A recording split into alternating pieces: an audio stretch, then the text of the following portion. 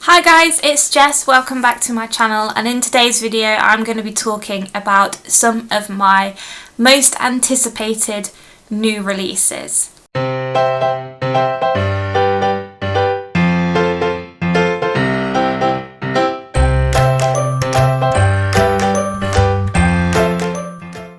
So there are a ton of amazing books that are coming out this autumn and this winter, and I am super excited for loads of them, to be honest. So it was very difficult for me to shorten this list, but I have about 12 books that I would like to share with you and talk to you guys about, and these are all pretty new releases. Some of these books are already out, some of these books are coming out within the next few months, so without further ado, let's just jump straight into the video. The first book that I wanted to talk to you guys about is Midnight Library by Matt Haig. So I've talked about Matt Haig quite a lot in the past few months. I have been reading some more of his books and I have been really enjoying them. I think he is an incredible writer. He has a very unique take on slice of life fiction and contemporary fiction in general,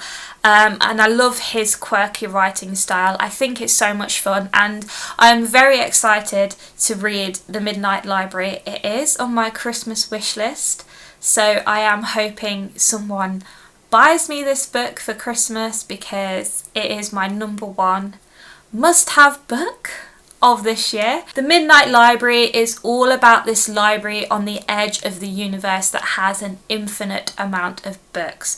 One of those books that it holds is a book that tells the story of your life, and another book tells the story of an alternate version of your life, and we follow this main character called Nora, who ends up in the library and she has to choose between the book that tells her life that she knows or the book that explores an alternate version of her life. I love things to do with alternate realities, and it reminds me a little bit of this Doctor Who episode that I watched ages ago called, oh my gosh, what is it called? Called Silence in the Library. How did I forget that? I am ashamed. It was about this planet that was essentially a library and contained the universe's entire collection of books. So very excited to read into this one. It sounds really magical, really dazzling, and yeah, I really want this book. Next we have Plain Bad Heroines by Emily M. Danforth. So this comes out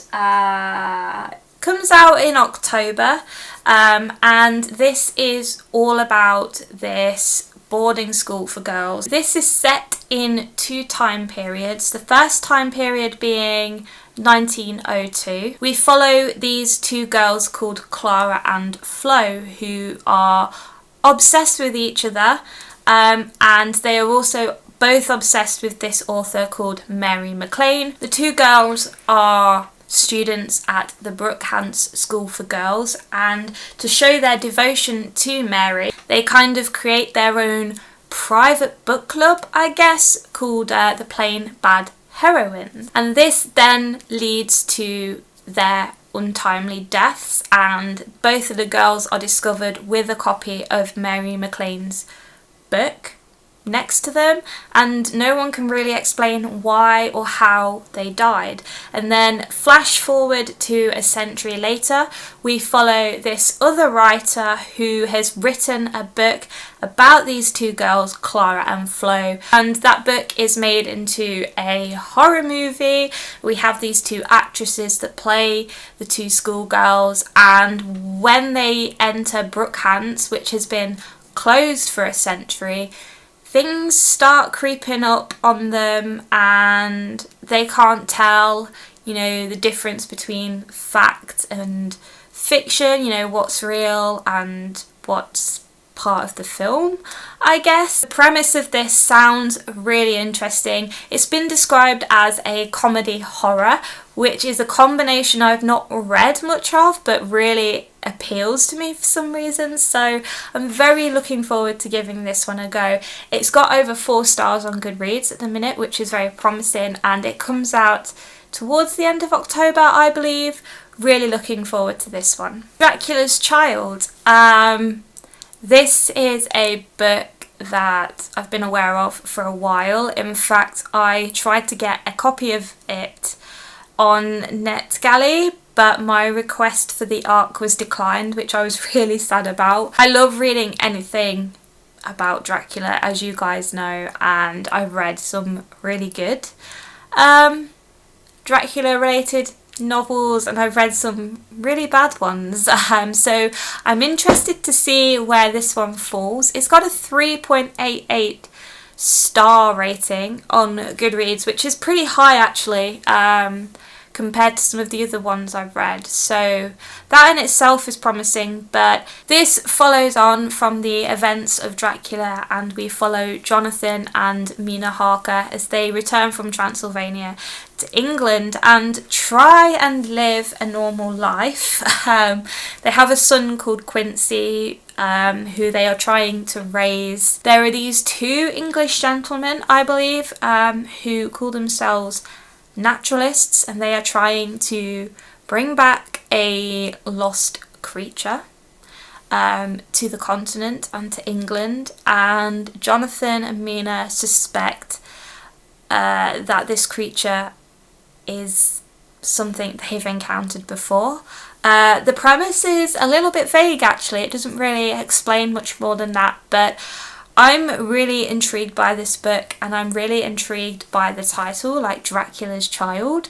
Does Dracula actually have a child, or is this a metaphor for something else? I wasn't aware actually that this book is already out. On Goodreads it says this book came out in May.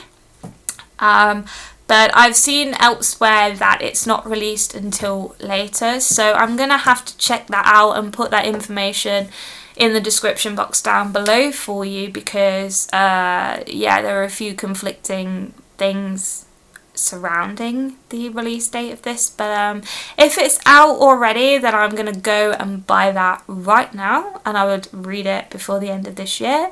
If it's not, then I really can't wait to get my hands on it. Next we have These Violent Delights by Chloe Gong, and this is a YA novel. I think it's fantasy, and it's a Romeo and Juliet retelling. So I'm not a huge fan of Romeo and Juliet, but the thing that appeals to me about this is the time period that it's set in and the location that it's set in. So it's set in 1926 and it's set in Shanghai, and when I read that I thought, oh my gosh, a Romeo and Juliet story set in Shanghai, that's amazing, like that just sounds so cool. And we follow this 18-year-old girl called Juliet, who is part of this criminal gang who are above the law. They're called the Scarlet Gang, and they have rivals called the White Flowers, and that is where we meet Roma. So I believe Roma is a female version of Romeo, so that's a really cool twist. So we're gonna have a sapphic romance, which just sounds beautiful. And these 2 gangs, the Scarlet Gang and the White Flowers, have been rivals for forever. They're at war with each other, creating a lot of tensions within Shanghai. And then there is a monster lurking beneath the depths of the, how do I say it, the Huangpu River? I think that's how you say it, correct me if I'm wrong. And so Juliet and Roma kind of have to put their differences aside and band together to rid Shanghai of this monster and save the city from destruction. And it just sounds absolutely incredible, like Romeo and Juliet set in Shanghai, throw a monster in there and you've sold it to me. Like, this book cover as well is absolutely to die for. It's so beautiful. So I'm really looking forward to this one. It comes out 17th of November and very, very excited. Then we have Cemetery Boys by Aidan Thomas, and at the time of filming this book has recently come out. I think it was last week it came out, and there has been a lot of hype surrounding this book and it just sounds so much fun. We follow this Latinx character called Yadriel, who is trying to accept his gender identity, and he wants to prove himself as this real life Brujo, which is a sorcerer essentially, and with the help of his cousin and a friend he performs a ritual that helps him find the ghost of his murdered cousin. But actually what happens is he summons the ghost of this resident bad boy from the school called Julian, and Julian is trying to find out what happened to him, I guess, and kind of convinces Yadriel to help him do that. Yeah, it just sounds so much fun. Again, I really love this cover. It's got a lot of mystery and intrigue to it, and I've heard so many amazing things about this book. I've heard from people who have read it and they have said that it was just astonishing. It's got 4.51 stars on Goodreads, so I'm very, very looking forward to reading this one. I know that Aidan Thomas is a trans author, and I am really, really trying hard to diversify my reading a bit more this year and in the years to come. Yeah, I'm just excited for this one. It just sounds like a wild time. The Silence by Don DeLillo. So I've never heard of this author, but apparently he's written some really good stuff. This is a novella. It's a really short book actually. It's about 120 or so pages. And this kind of emulates what's going on in the world right now with COVID. But it's a different type of catastrophe. So it's set in Manhattan and we are with these 5 people. They've all got together for the night. It's Super Bowl Saturday. They're having a good time, they're having a conversation, you know, about all these different topics, and then, out of nowhere, all of Earth's communications, you know, like your cell phones, your internet, things like that, just stop working. Everything just goes silent.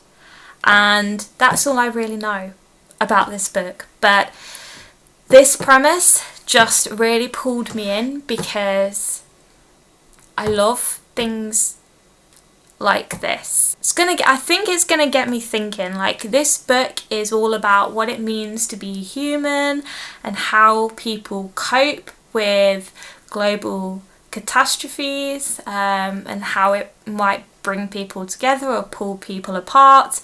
And yeah, I'm just really intrigued by this story. I want to know why all of the world's communications have gone down. I want to kind of have a snippet into what that would be like. I think it would be terrifying. So looking forward to this one. This comes out at the end of October, and I am very much looking forward to seeing what this is all about and seeing what Don DeLillo is all about. Then we have The Invisible Life of Addie LaRue by V.E. Schwab. I've wanted to read V.E. Schwab's stuff for ages, and I still need to get around to reading A Darker Shade of Magic, but very excited for this one because I've heard a lot of really interesting feedback on this book. It follows this woman called Addie LaRue. I think the story starts in the 1700s, and she kind of gets into a situation where she sells her soul to the devil. But because she's done that, she is now cursed to live a life where people don't remember her, they just forget her. And so she lives her life for hundreds of years without people ever remembering who she is. And so we follow her as she tries to kind of make a mark on the world, kind of be remembered for something. And then 300 or so years later, she meets this guy who remembers her, and she's like, oh my god. And that's all I really know.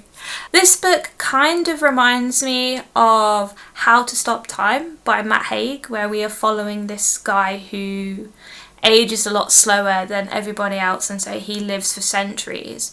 We kind of see his life through different time points, and we see his relationships with other people. That's kind of what this book reminds me of. But yeah, I've heard some interesting feedback. I've heard people say it's a little bit slow, but I have heard people say they absolutely loved it. So I'm very intrigued to see where I stand with this one, and I'm very intrigued to see what I think of V. SCHWAB in general, because I know she is a very well-respected, well-loved author, and I know her Darker Shade of Magic story is well-loved on the book community here. So yeah, I'm excited to give this one a go just to see where I stand with her writing. Yeah, sounds like an interesting story. We'll see. This one is another book that has recently come out, and that is To Sleep in a Sea of Stars by Christopher Paolini. I apologise if I pronounced that name wrong. This is a sci-fi, and it kind of reminds me of Leviathan Wakes a little bit, that I read earlier this year, in the sense that it's all about first contact with aliens, and we follow this girl called Kira who is on an uncolonised planet, and she comes across this ancient alien relic, I guess, and the events that unfold from that are pretty much, you know, first contact with aliens, and this war erupts within space. And yeah, I think the main thing that attracted to me to this book was the cover. It's so pretty. I can't stop staring at it every single time I see it. On Goodreads it says, you know, it's all about first contact, and the events of that push Kira to the very limits of what it means to be human. And I love posing that kind of question. I love it when books pose that question. What does it mean to be human? You know, what does it actually mean to be part of the human race? The Devil and the Dark Water by Stuart Turton. So this is the guy that wrote the 7.5 Deaths of Evelyn Hardcastle, I believe, and I started reading that last year and I never finished it. I struggled to get into it, but I would like to go back and reread that and finish it. But this one sounds interesting. We follow this great detective, the world's greatest detective, called Samuel Pepys, and he is being transported to Amsterdam to be executed for a crime he may or may not have committed. And he's on the boat with several other people, and then strange things start happening. We have a strange creature stalking the decks, we have livestock being slaughtered, and we have these mysterious symbols popping up all over the place.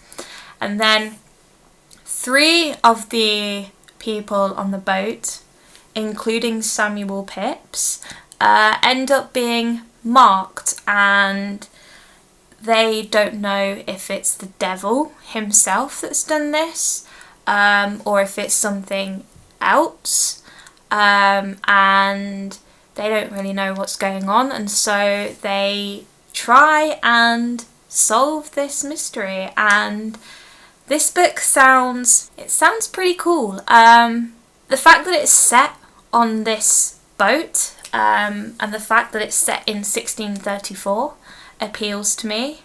It reminds me of this episode of Dracula that I watched this year that was set entirely on a boat, and it just has this really claustrophobic feel to it that I think's gonna have a really good atmosphere. I don't know, I'm just getting some really good spooky vibes from this book, and very, very, very excited to give this one a go. And this one comes out 6th of October, so I've not got very long left to wait. And yeah, again, another one I'm very excited for, and I can't find any more adjectives to use other than exciting. So we're gonna go with exciting.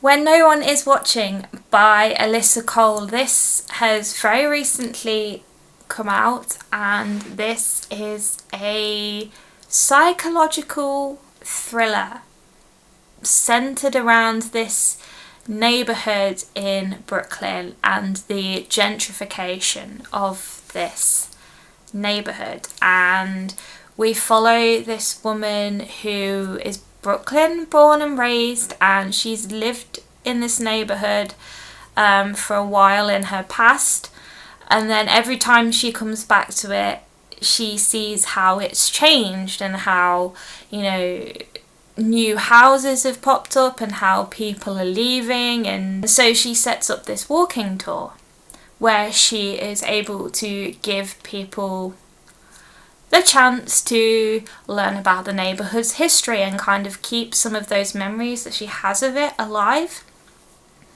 And one of her neighbours, called Theo, gets involved with this, and then their descent into history turns into a journey into paranoia and fear. And it's been described as a mix between Rear Window and Get Out, which is a very interesting combination. Yeah, I love psychological thrillers that really make you feel paranoid and make you feel scared for your life. And I've heard that this book achieves that. It has got some mixed reviews, I'm not gonna lie. Some people have said the ending happens all at once and then just stops really abruptly. But I have heard people say that it is incredible. So very excited to, there's that word again, very keen to give this one a read. I've not read anything by Alyssa Cole,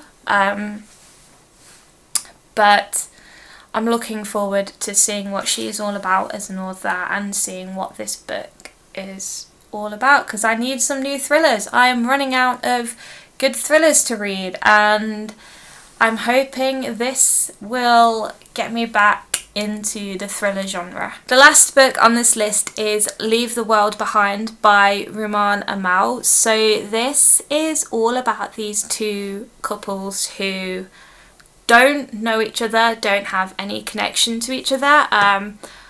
The first couple, Amanda and Clay, they've gone on vacation to this remote corner of Long Island in New York, and it's a chance for them, you know, to get away from New York City a bit and just breathe and relax. And then one night, this elderly black couple knock on their door and bring news that there has been a blackout in the city. And so there's no cell phone service, There's no TV, there's no internet, there's nothing for anyone to connect with each other. So it's a bit similar to the silence that I mentioned earlier.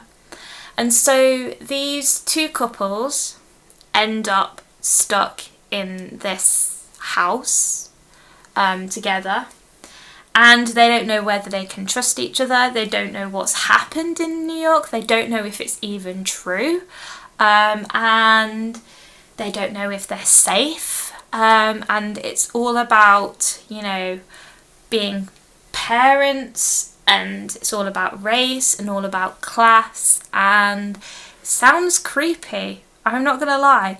It sounds like there is more to this that meets the eye. I think this is going to be a terrifying book to read. I'm hoping it is. I've got that feeling. My spidey senses about this book are tingling like mad, and I feel like this is going to be a very surprising read. I feel like it's going to be chilling.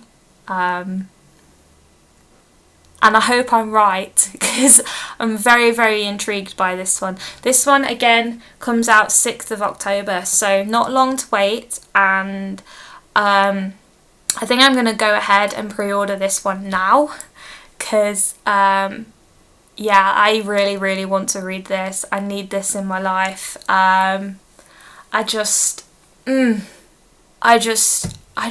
to read this. It just sounds incredible. Yeah, so those are the books that I'm really anticipating to get my hands on in the very near future. I commend you if you have stuck with me to the very end of this video, because I know I ramble and I know my book synopsis explanations are not the best, but I am trying to work on them, I promise.